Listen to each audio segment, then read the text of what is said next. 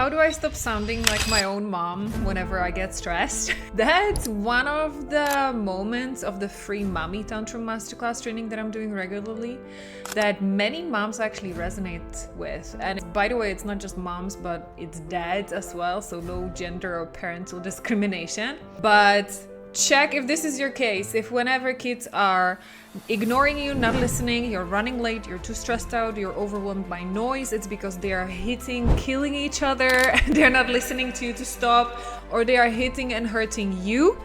And there's a part of you who's trying to stay calm because you did so many gentle parenting techniques, you learned so much, you spent so many hours asking ChatGPT the questions on what to say and what to do so that you avoid and prevent a lot of that family drama you're going through right now.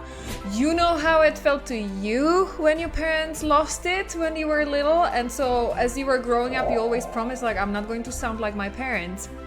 But now, when it becomes too much, doing your best is not enough. Knowing that it's your own parents' voice, that's not enough to stop it. And so sooner or later, eventually, the voice come out. And maybe you're even noticing, I noticed, I didn't see myself in the mirror, but I could imagine, and afterwards I felt it in my body. It's even my face changed somehow and morphed into what I could imagine that's how my mom used to look like whenever she was here. Because it was not even the explosions, it was also the facial expressions, it was the words she used, and sometimes when she said it quietly, when she was like hissing it under her breath, that was even more scary than if she had like a full-blown mommy tantrum and started yelling. So if you're currently struggling with something similar and you do not want your children to be sitting in therapy 20, 30 years from now, remembering how they felt when you were losing it when they were little, and how disproportionate maybe sometimes your reactions were to whatever they were doing or not doing, then this episode of the Zen Supermom podcast is for you, because Zen Supermom is the first parenting podcast that's not about the kids. We need to start here with ourselves. Are you ready for it? If yes, then let's go and let's unwrap it together. It will be fun, I promise. Hi, Supermom or Superdad. My name is Alena. I call myself a mommy tantrum specialist because I used to be specialist at yelling at my daughter and actually sounding like my mom, even though I grew up promising to myself and to my future children I haven't met yet, I'm going to do my best. And before I go any further, I also want to make it very clear, like, this is a disclaimer. This is a safe space. It's not about blaming our parents. It's not about throwing them under the bus. Because I don't know how much you know about the childhood and the history of your own parents, but I know that my mom did so much better than what she went through, because she was physically hurt, physically abused, I would even say, by my very, very strict grandpa, who I would never even imagine that guy is even able to hurt a fly, because me as his grandkid, I had a totally different experience. But I absolutely trust my mom because of how I saw him in different situations. This is what was happening to my mom. She did so much better than what she went through. But then still, her losing it, her using very hurtful words, and I would not say overreacting, but reacting disproportionately to many situations whenever she would become stressed and overwhelmed. I just grew up when I was then a teenager and young adult, thinking about starting my own family. And, being in that stage of thinking, okay, what do I want for my kids? How I want to raise my kids? When we were having some conversations with my husband, I was just like, I'm forever grateful to my parents. They were amazing. I had a happy childhood. And that's about half of my clients that I'm working with inside the Zen Supermom program is the same. Happy childhood, no big drama, no big trauma, shocks, anything. Like, we had everything we could wish for, roof over our head, happy parents, like everything. Then the other half of my clients has been traumatized, abused, victimized, like everything. So that's for a different conversation as well.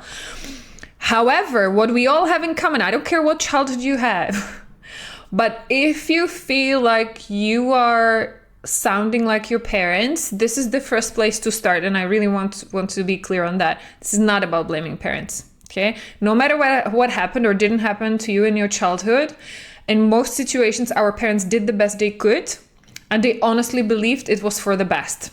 The fact that it often hurt us, Yeah, it's like what we are doing to our kids today, right? I started yelling at my daughter when she was one year old. Of course, none of that was her fault, that I couldn't manage my emotions, right? So I wish one day, 20, 30 years later, my daughter is not going to come and say, Mama, she could do the same if she remembered how I was when she was 1, 2 years old, right? Luckily, I managed to turn around before she could remember too much, like with visual memory. But those feelings, it stayed with her for a while. Like she was scared of me because then I would just raise my voice when she was even 3, 4 years old. I would just start raising my voice and she was already. So I know it was in her nervous system, all right? But that's why we are not here to blame our parents. We are not here to blame you either. I know you're already carrying enough guilt and shame and everything for the rest of your life. So I'm not here to make it worse, but I'm here to help you work through some of the things, because this is not just about, and you already probably know that, this is not about trying harder. This is not about learning more parenting scripts. This is not about asking ChatGPT for more smart things to say or do with your kids. And this is not just about understanding that, yes, it is your own childhood, like your parents did it somehow, somewhere. Because it's not just this. It's not just I think the saying is, monkey sees, monkey do. So you're not just yelling if your parents yelled. You can't go and put fingers like in your parents' face to say, look, I'm yelling at my kids today because you yelled at me when I was a kid. There is this connection, yes, also, but then I have clients whose parents never yelled at them. And so how do you explain that? It is still a generational pattern, all right? But it's not always one-to-one. That exactly what happened to you, that's exactly what you're doing to your kids. It goes much deeper, and that's what we need to talk about in this podcast episode today, okay? Let's go. So, yes, if they yelled at you, it would be very easy to make the connection. That's why you yelled today. However, what we need to understand is that there are deeper patterns in place. This is really generational patterns that were wired into your nervous system. Because you tell me, when is the last time, and think about it, so when you used the words of your own mom or dad and then you regretted it and you were like, oh, what did just come out of my mouth? So think about the situation. The last time it happened, rewind it as a movie, and let me know what you felt right before you said those words that you regretted afterwards. How did you feel? And yeah, I was angry, whatever. Why were you angry? For what? About what? So go underneath. What is it that made you angry? What is it that made you overwhelmed? Yeah. Because typically what will be underneath, that will be the key. And there will be either feeling of being helpless, out of control, disrespected, your boundaries being pushed. And deep underneath everything, whatever the reason is for you getting angry and out of control and not being able to manage what comes out of your mouth, the deep thing underneath that all of it will have in common is you were not feeling safe. Wait, what? Not safe? Like, why? I was just at home with my kids. Of course I was feeling. No. Feel underneath. Typically, out of control, play a game with me. I'm going to show it to you. My example, very specific. Whenever my daughter wouldn't listen to me, I would feel out of control of my schedule. I would feel if I'm running late, like I'm not going to be able to do all the things on my to-do list, which means I'm not good enough. People will judge me. Like, what the heck? You're at home with a child. You stopped working for 2 years. So what do you have to do that's so important? How come you cannot manage and you have only one child? Like, what the heck is wrong with you? So I was afraid of being judged. And then the fear of not being judged, the fear of not feeling good enough, the pressure to prove yourself, prove to other people and to yourself that you're actually worth it, that you are a decent human being and that you can do hard stuff. That pressure, it's all linked with the fear of not being like, if I'm not liked, if I'm not good enough, if people see through this wall that I tried to build, like such a hyperachiever, such a caring mom. But if people would see behind it that I'm actually not a hyperachiever because I don't manage to get everything done, I do try to look and I do my best to be a nurturing, caring, loving mom, but I do yell behind the closed doors and I lose my patience and I scared my daughter. So then who am I? When people are going to find out what's really going on behind the scenes, they're going to hate me, they're going to leave me, they will abandon me, and then I will end up being alone, miserable, and like this is the worst nightmare, right? And so that's the feeling of not being safe underneath. Are we getting that? Yes? Because human beings are social animals. We are not meant to be lone wolves, not for long. Even if you're an isolated expatriate mom, like I used to be, well, that's maybe exactly why it feels so heavy, because you feel like I'm isolated. I'm alone on all of this. Even if there's a husband or a friend or parents back home or family back home, you feel like nobody understands because they're all living a different life. They are not in my situation. They don't know how hard it is. And so that isolation, like we are not designed to be alone as human beings.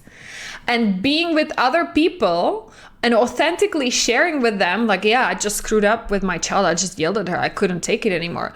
If you don't feel safe to share that with your friend or anybody who's close to you, then it's like you're keeping secrets and you're afraid, like somebody is going to find out, they were going to abandon me. I'm going to end up alone. And so that feeling of I'm alone, I'm not worthy, I'm not good enough, that feels like that's a threat to your physical survival.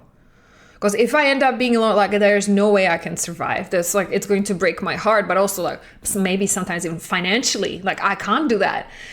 If my partner leaves me, if my husband divorces me, and if I'm like, I have no salary because I'm a stay-at-home mom, or I'm on a part-time job because I'm still taking care of the kids. So even like being physically abandoned and not being in a relationship, like that's even going to threaten my financial safety.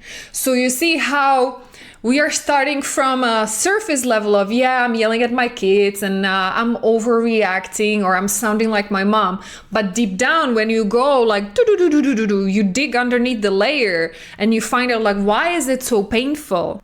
And what is the deepest fear underneath that is actually making it so paralyzing for you? Then you go to the baseline of like, holy moly, this is like, it's not feeling safe. Okay?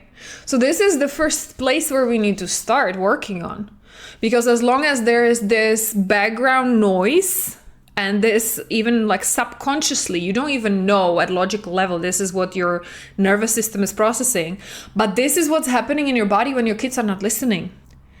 This is what your body reacts to when they're ignoring you, when you're running late for work. Underneath all of this is fear, like I need to do whatever it takes to make them move, because otherwise my safety, my survival is at stake. That's why when nothing else works, like repeating things 10,000 times nicely, repeating all of these beautiful ChatGPT prompts on how and what to do with your kids, you've tried everything, when none of that works, then this survival fight or flight response will take over, because you realize, okay, now it's getting really serious. Like none of this is working. Layers deep down, this is not safe physically for me. So I need to do whatever it takes to make them listen. And this is the moment when your autopilot takes over, the fight or flight. And this is the moment when your parents' words come out of your mouth. Because this is what got engraved in your brain and in your nervous system when you were growing up, because these are the words that your parents used when they were out of their depth, when they had nothing better to do. It was the most hurtful, the most mean, or the most threatening, scary thing. It was an expression of their deepest lack of control and fear for their own survival once upon a time.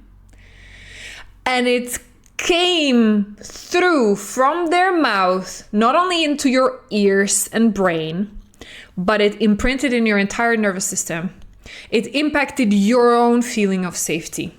And that's why it comes out of your mouth now when you're out of control, because that's what your nervous system and what your brain saved and engraved. It's like, not just imprinted, because imprinted would mean it's like on top of something. It's engraved because it's deep inside. It has roots inside your nervous system. That's why it's so strong, your reaction. That's why you cannot even stop it, Because in that moment, your brain does connection with the out of control, fear for your safety, survival response, like to a situation that your brain computes it as a fight or flight. You're fighting for your survival with your kids now. And it links it back to the time when you felt like that as a kid and your parents made that response because it impacted you so much, even though it was maybe few words or one sentence, but there was such a high emotional charge around that situation. It resonated with your system. It shook you inside. And that's why it left such a strong memory that whenever you are in a similar situation now, it comes out like just like this. It's like a time machine. That's why we don't even realize. I was even thinking like, what did just happen? It is a time machine. In that moment, you're not reacting to your child in front of you. Did you notice that? Because it would happen to me even in situations when my daughter it was not her fault or it was not a big deal. Like when I thought about it like 1 hour, 1 day later, I still couldn't understand. Like she just spilled water on the floor or she just did something or she just hit her leg or she hit her head. It was not even her fault. But my brain in that moment, my whole body, it went to a complete hijack. As if there was some like a huge drama going on in front of me. And it went straight from that time when it happened to me as a kid that my parents overreacted this way. So it went like a time machine. I could not stop it. Sometimes I even had this out of body experience feeling like as if I was looking at myself from like standing next to me or from above me. I saw myself interacting with my daughter and I was feeling like, what the heck is happening? Oh my gosh, I'm going to yell again. I want to stop it. I should stop it. I want to stop it. I don't want to feel guilty again for a week, how I yelled, how I lost it. I could not stop it. It felt stronger than me. Yes? So if that's happening to you, first thing, not your fault, not the fault of your parents, not the fault of your child, even if they did like something that was not okay, but they did not most likely deserve your reaction was not proportional. Okay, but this is why it's happening. Are we clear on that? It's a generational pattern that got engraved so deeply in your nervous system that it takes over whenever you feel like you are fighting for your survival, for your safety. Okay, so now that we've established what it is, where it's coming from, that's like 90% of the work is done. Because what is the good news now that you know where it's coming from? Why is it a good news actually? Well, because you can stop wasting your time on things that will never work. Reading more parenting books, asking more ChatGPT, doing nervous system brain activation exercises for your child. Well, great, but that's not going to help you with your stuff, with you traumatizing and giving further that generational pattern to your kids. That's not going to stop them. No matter how many exercises they do, you're going to be undoing their work by dysregulating their nervous system regularly whenever you get out of control, right? We can't expect our kids to have the skills we do not have first, that we do not demonstrate and show them every single day, no matter what, especially when it gets hard. That's when they need to see us keep it together. Yes? Yes. So let's stop wasting time and transferring responsibility and just blame everybody and everything outside for our lack of control over our emotions and nervous system. Yes, that's the first step. And that's what was actually the hardest for me, because I realized I have to stop being the victim. This was my way of feeling at least a little less bad as a mom, that I was losing it. I felt, well, at least I have good excuses. It's because I'm an expat mom. I have no help here. I'm trying to, like, after 2 years, I was then trying to rebuild my business and everything. And I felt, poor me. My husband doesn't understand. He's the whole day at work, and his work is actually time limited. He doesn't have to think about it all the time because it's not a business. It's not his entire life. And then on top I'm a mom, and whenever my daughter doesn't sleep, she doesn't call daddy, she calls mommy, blah, blah, blah, blah, blah, blah, blah. As long as I was in this victim mode, feeling like a trapped prisoner of my life that I have no control over most of the time, well, then there was nothing I could do about it other than just like react just like my mom and dad whenever something was like too extreme for me to be able to stay calm.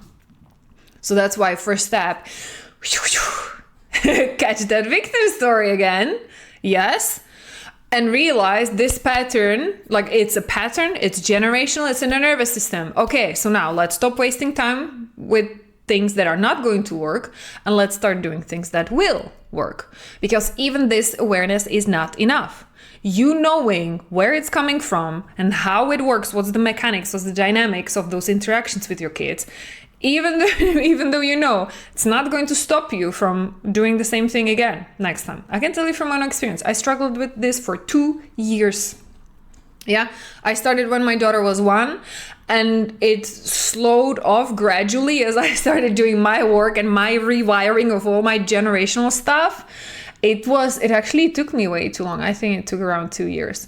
Now I do it with our clients inside the Zen Supermom in 3 months. 3 months. And still some people say, oh, but I need something faster because I need to stop yelling now. Well, how long did it take you? How much time did you already waste by doing all the other stuff that doesn't work, right? So the speed is relative. Like 3 months against 2 years that I spent, I would still take the 3 months, right? Your call. But why we cannot wait? This is the key point where I love you. If you're listening to my podcast for years now, I think this podcast will have 3-4 years. If you're listening to my podcast for months, thank you so much. I love having my listeners and fans and all of this jazz. However, how do I say this nicely with all of my empathy and compassion? I'm not doing this podcast because I'm bored. I'm not doing it for moms who are bored and it's just like, oh, I like listening to podcasts when I'm cooking or cleaning. Yeah, that's great. But what action are you taking? This podcast should not be an excuse. Like, yeah, I'm doing something. I'm trying to get help. I'm listening to lots of podcasts. I'm reading lots of books. It's not going to help you. And what is happening with your kids? Now that you're distracting yourself and you're making yourself busy. Because that was my also way how I was coping with it. Whenever I felt I was not good enough, my hyperachiever generational pattern would kick in because that's what I was appreciated for. When I was a little kid, I did not get unconditional love. My parents had a very strict list of things I had to do, how I had to behave, that I always needed to be ready to do more, better, faster. So hyperachieving was my way of dealing with stress and not feeling good enough because I felt if I just do more, better, faster, people will recognize it. They will see I'm not perfect, but at least I'm trying. So then being a busy for the sake of being busy as a mom who was out of control yelling at my daughter and feeling guilty about it, then my way of coping with that pain of hurting my daughter was, ta-da, being busy. So then I felt, well, if I only keep being busy by reading so many books and feeling like doing so much journaling and so many meditations, then at least I have an excuse. At least I can say to anybody who will point a finger and say, you're such a terrible mom, you're yelling at your child. I'll at least be able to show them, but look, this is what I already did. I listened to this podcast for 2 years. I read 50,000 books. So at least don't blame it on me. I'm doing my best. I'm busy. It's not about how much you're doing. Are you getting the result? Because if not, what is it good for? Just your ego? So that you feel like if somebody points a finger, you have at least a good list of excuses? What are we doing here? What do you care more about? About people not judging you? Or you really being a healthy, safe mom for your kids so that one day they don't have to sit with somebody like me and listen to them unpack their generational trauma and find out it was all about you? What do you want? Do you want to sit behind the books and blaming kids that they have ADHD? It's their fault because I have 5 kids. It's because I have twins and they're so jealous. I can do nothing about it. Look, I read all the books. They're on the medication now. I'm too overwhelmed. I'm doing already too much. I know you are. I'm not pointing finger at you. But where is it getting you? Do you want to keep doing that? Hiding? Or do you want to get the help? Do you want to see the results? Do you want to do something that works? Because with me or anybody else, you need to go deep down in those generational patterns and you need to rewire them. Because every day that your kids live around you, reliving the nervous system patterns of your own parents, it's imprinting in theirs. I keep repeating that in every single of my free trainings. Don't worry about your kids not listening to you. Worry about them watching you every single day. This is not about you being beautifully, unconditionally loving mom and giving hugs and kisses and telling your kids how much you love them whenever it's good for you. This is about you being able to do that when they need it the most. And they need it the most, especially at times when they are misbehaving, when they are testing your boundaries. That's exactly why sometimes kids are doing it, because they need the proof. They're testing, like, how far can I take it before my mom will show me that I'm not lovable enough. And this is not about permissive. I'm not telling you just let your kids do whatever, whenever they want. Let them be the boss and decide when you leave home, and let them draw. I always keep using this example. Let them draw on all of your walls and spill the food on the floor. I'm not saying it's permissive parenting. Kids absolutely need boundaries. They need natural consequences. They need to know that their decisions and actions have results. There are consequences. But we need to learn how to deliver those consequences with empathy and unconditional love. So that it's not you against your child doing power play, power fights, but it's we are the team. I'm trying to understand what emotions you're going through, which of your needs are not being met, and why you're demonstrating, showing me this behavior when you know so well that there's a boundary and you're crossing it, knowing it. But rather than punishing you for whatever you did, I'm more curious, what's underneath, my child? What are you not getting right now? And how can I help you? And yes, you created a mess. We need to clean it up together. Or yes, now we are out of time. There will be no time for stories, for hugs, whatever. Now we need to really get moving to be on time. But I want you to know that there's nothing in the world you could do or say that would make me stop loving you, because I'm your mom. That's the energy underneath. You can fix the behavior, you can correct the behavior, but the person underneath is someone who needs to feel your unconditional love. And that's what you didn't feel growing up as a kid. Otherwise, you wouldn't be sitting here listening to me right now. You would not be needing help with your mommy tantrums and explosions and sounding like your own parent if you did feel loved unconditionally. Okay, so how do you give to your children something you didn't have growing up, something you probably still feel you're lacking? That's why you're hyperachieving, controlling, perfecting, people-pleasing, avoiding, feeling like a victim, because you never got enough and you're still not getting enough of unconditional love. You're still looking for it outside through your kids. Like, if nobody else loves me, at least they have to love me because I gave them my life. I sacrificed so much for them. That's sometimes the reason also why moms lose it, because they feel like they are entitled to being loved unconditionally from their children. If not my children, who else should love me unconditionally if not them?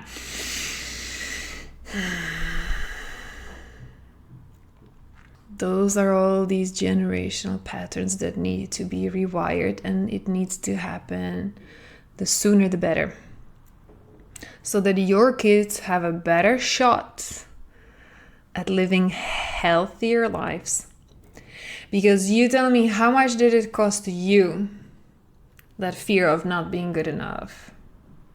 That inability to deal with pressure and stress when it becomes too much.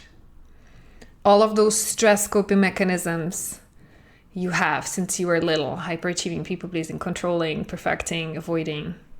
How much is that costing you? Do you want your kids to get the same? Or if there was a way how to turn it around in a few days, few weeks, would you want to find out how? Yeah, because that's what I'm talking about. It's latest neuroscience. It's understanding the generational impact of it. And it's like, let's stop wasting time on the surface and blaming it on anybody or anything outside. Stop blaming it on you. It's not your fault either. But we need to get going with actually what's going to make the difference. And you will feel the difference in a few weeks. Stop wasting months and years of time. If something is not working, if you are doing it for months and it's not giving you the result you want, then take the message. Okay? Don't stay stuck in that dead end road just because I'm trying against the wall. Yes? So, let me know what you got out of this episode. Let me know if you had any aha moments about your own childhood and the patterns that you are repeating, that you got from your parents, or that you can see now already being wired into your kids, and how that dynamic is going. And whenever you want to take the next step, it's already what I mentioned in the first few sentences opening this podcast episode. Mommy Tantrum Masterclass, free. I'm doing it still live every week before the holidays, so go and join me there so that we can have a conversation. We can chat through it. And if it's not as clear as all the examples I shared on this podcast episode, because your situation is unique and you went through something very specific, then reach out to me. You have our email address everywhere. We will put it here as well, hi@zensupermom.com. Sometimes even faster than going through the free training is doing a free assessment with me directly so that we can have a chat and I can help you unearth. We can do it together. Where is the root of that stuff? Okay, because that's what people tell me is usually the most valuable thing, that even after doing 2-3 years of talk therapy, they're like, oh my gosh, now I understand. So please don't waste your years and precious years of your kids now, because the formative years for them is really in the first 4 or 5 years that you're laying the groundwork for their nervous system. Of course, I can help moms with even older kids and teenagers. We have had very successful cases there as well, but it takes longer. I'm not going to lie to you. The younger your kids are, the faster you can rewire your nervous system, the faster you will see the impact on them. So there's no time to lose. Let's go. Yep. I'm going to look for it too. I will see you. I'll see you soon. And latest in the next episode of the Zen Supermom podcast by Supermom.